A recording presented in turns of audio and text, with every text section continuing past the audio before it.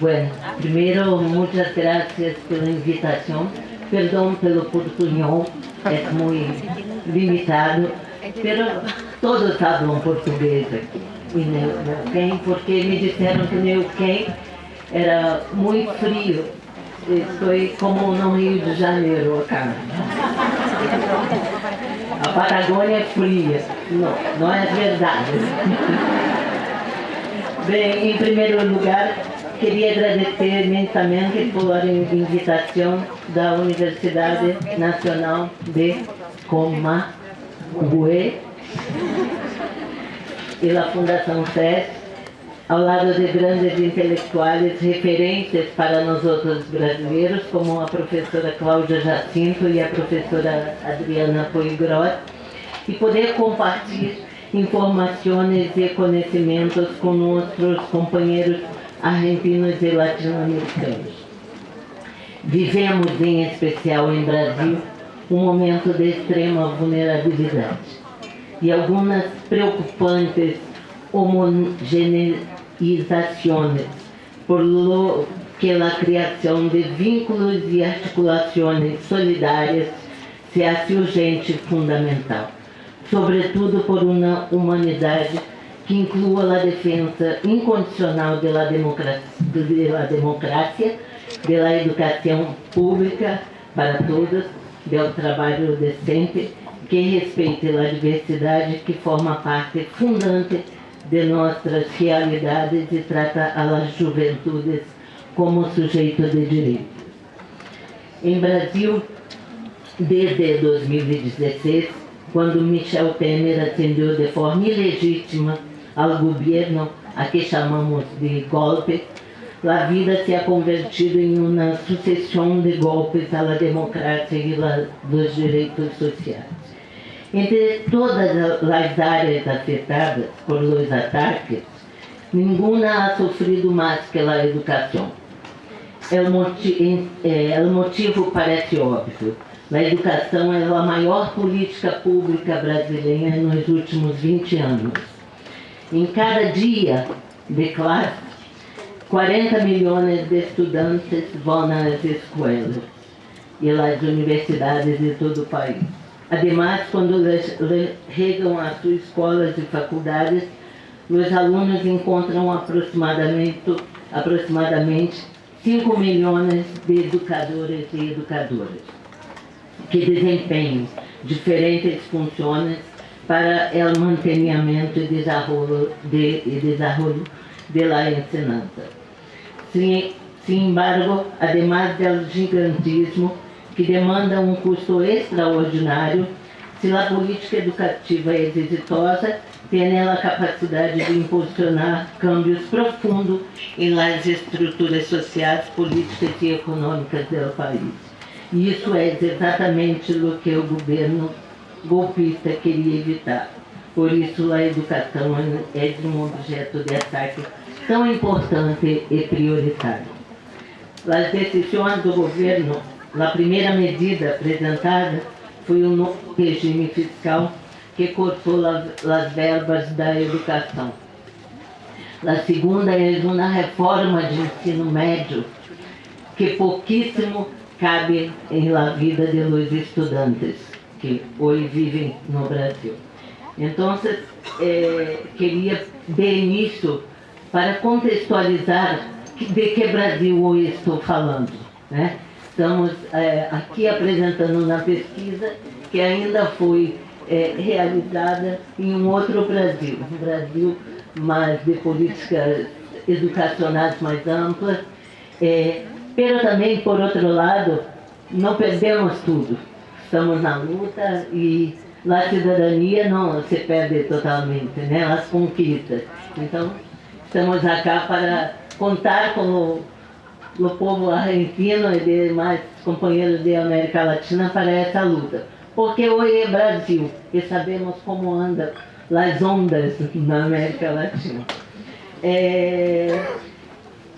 Para finalizar esta primeira questão, queria levantar também, como cidadã brasileira, o assassinato de Marielle Franco e a prisão de Lula.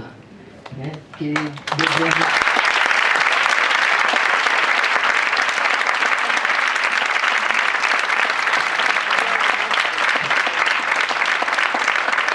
Marielle era uma defensora da educação pública, defensora da educação de jovens e adultos e defensora da juventude.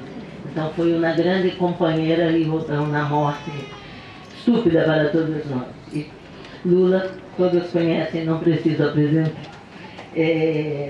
Bueno, dito isso, passo para a apresentação mais acadêmica e formal.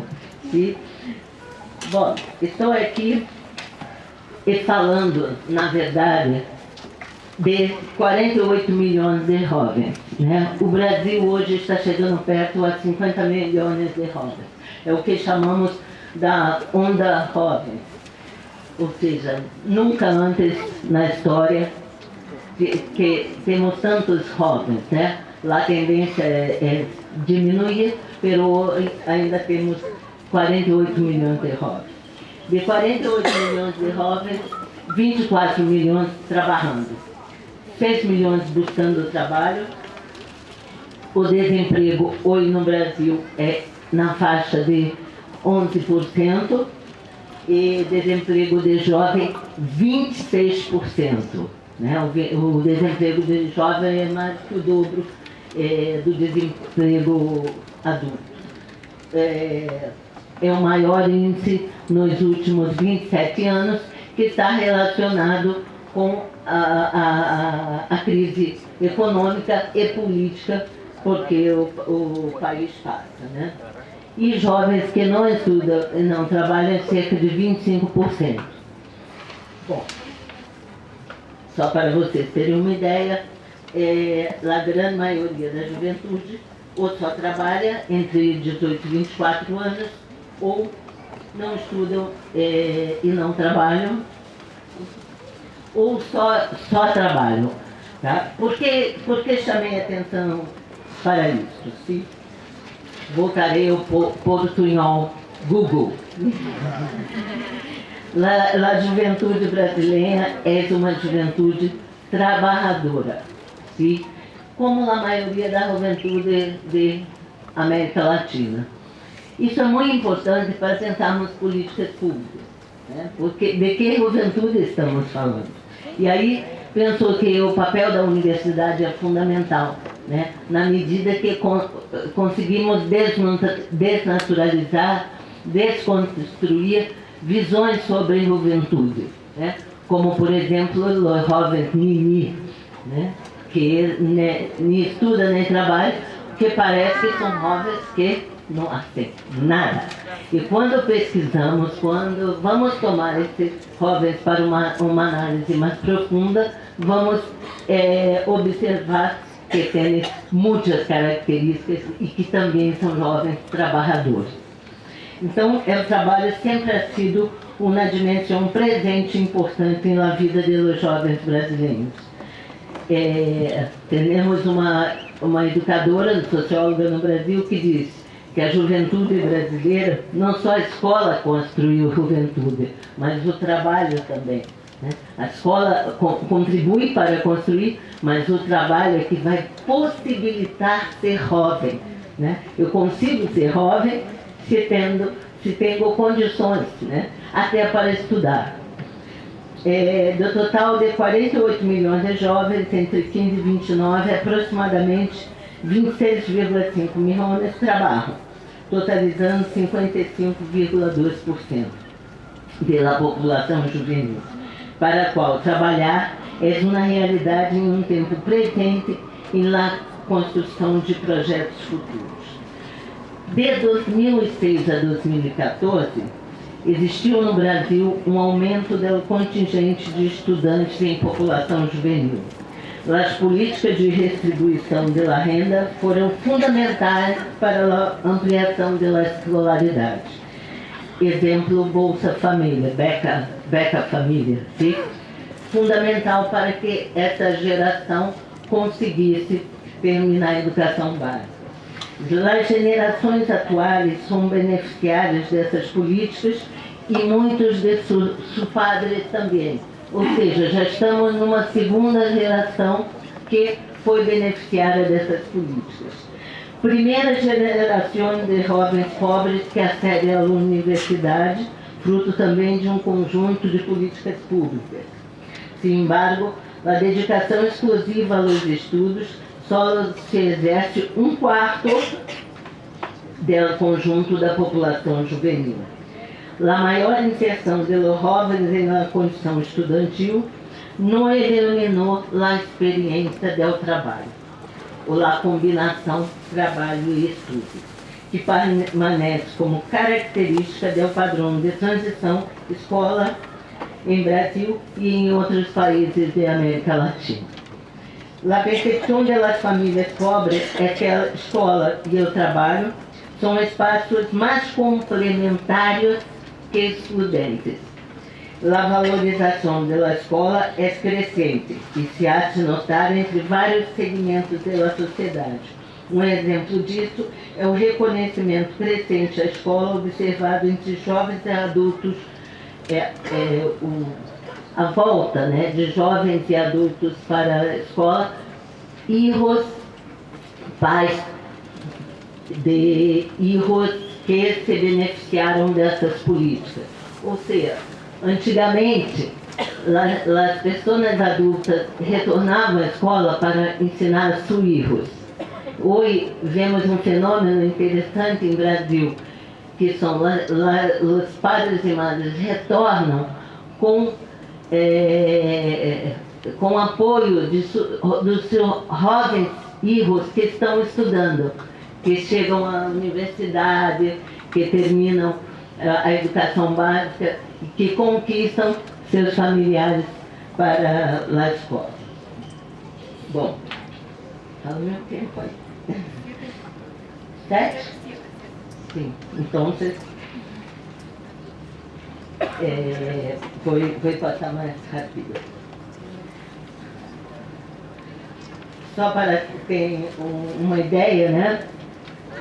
A situação dos jovens em mundo do trabalho suele ser sempre mais precária e vulnerável, como eu já falei antes, e os grandes problemas que temos é a dificuldade de conseguir o primeiro emprego, como acá também, sim, a rotatividade e a chamada inatividade, que é o que eu chamo a atenção, que temos que ter muita preocupação com essa categoria de análise. Então, qualificar o debate sobre a noção de estudo e trabalho, dada a sua relevância ao campo da juventude, em especial em relação à escola e trabalho. Nos últimos anos, a noção se estendeu de forma intensa, saindo do âmbito dos dados estatísticos para o debate da vida social, produzindo com esse recorrido estigmas e preconceitos.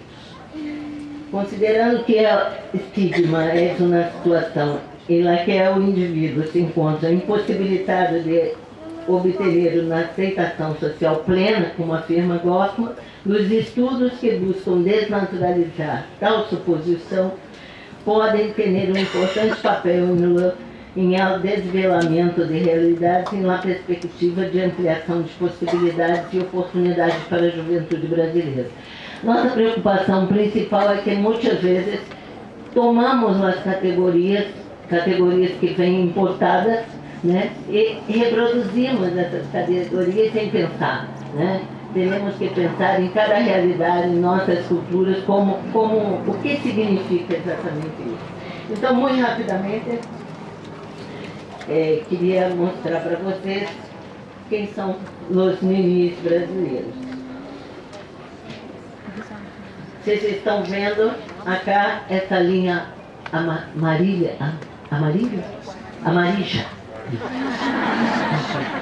Estão vendo a linha amarilla? Aqui são, a linha amarilla são os ninis. Quem são esses ninis? Mulheres que cuidam, não, hombres, acá. Hombres que cuidam de pessoas ou afazeres domésticos. Acá são as mulheres. Ninis. Isso tem atravessado um debate de gênero, né, de uma cultura ainda bastante machista em Brasil, certo? Mas um pouco como podemos fazer políticas equivocadas? E fizemos, inclusive eu. Que quando criamos o ProJovem na Secretaria Nacional de Juventude, começamos com vai ser para os jovens que nem estudam e não trabalham. Um ano depois, a política teve que ser mudada, a lei teve que ser mudada, porque não encontrava esse jovem. Por quê? Porque esse jovem é um jovem que está em movimento, não é algo estático, é um movimento constante. Ele trabalha hoje, amanhã não trabalha, estuda hoje, sai da escola, retorna. Isso que acho que temos que chamar a atenção. Acho esse dado um dado incrível. Então, eu vou fazer um resumo. Para finalizar, preparei algumas questões que são, vamos dizer, desafios hoje para pensar a juventude em Brasil, e acredito que muitas semelhanças com vocês, porque já participamos de uma pesquisa juntos, né? Está aqui Cecília, Rolando, que era Argentina, Brasil, Uruguai, Chile, Bolívia e Paraguai. Então, muito do que digo aqui também tenho certeza que vocês têm essa situação. Então, a partir de nossos estudos, os seguintes desafios. Se pensar juventude, trabalho e educação, o maior desafio é como a juventude tem produzido distintos arranjos para produzir sua vida. Escola, trabalho e vida familiar. Ou seja, a juventude não é só uma coisa, ela é várias coisas ao mesmo tempo. E como produzir, né, estes arranjos? O que temos visto é que essa produção tem sido não linear, não homogênea, não linear, formas diferenciadas, porque para as políticas públicas nos faz pensar que também temos que pensar políticas diferenciadas para a juventude. Nesses arranjos, temos observado que a juventude tem pressa para entrar no mercado de trabalho. Pouco se afeta com a narrativa. Enquanto não temos trabalho, nos formemos, nos educamos. Não é assim que tem funcionado. Na experiência brasileira, como dizemos no Brasil, tudo ao mesmo tempo agora. Ou seja, teremos que estudar, trabalhar, ter vida familiar e como se compõe na vida. Sim? Segundo, a solidão dos projetos de formação para o campo do trabalho, que acho que Cláudia habla um pouco sobre isso, o necessário diálogo social entre empresários, sindicatos, trabalho, educação são precários. Acaba abandonando o jovem à própria sorte. Os projetos têm mostrado que os suportes sociais são fundamentais para diminuir disserção e rotatividade e violência. Assim, as políticas públicas tornam-se centrais nesse processo. Perdão, o portunhol está indo embora. Sim? Só português agora.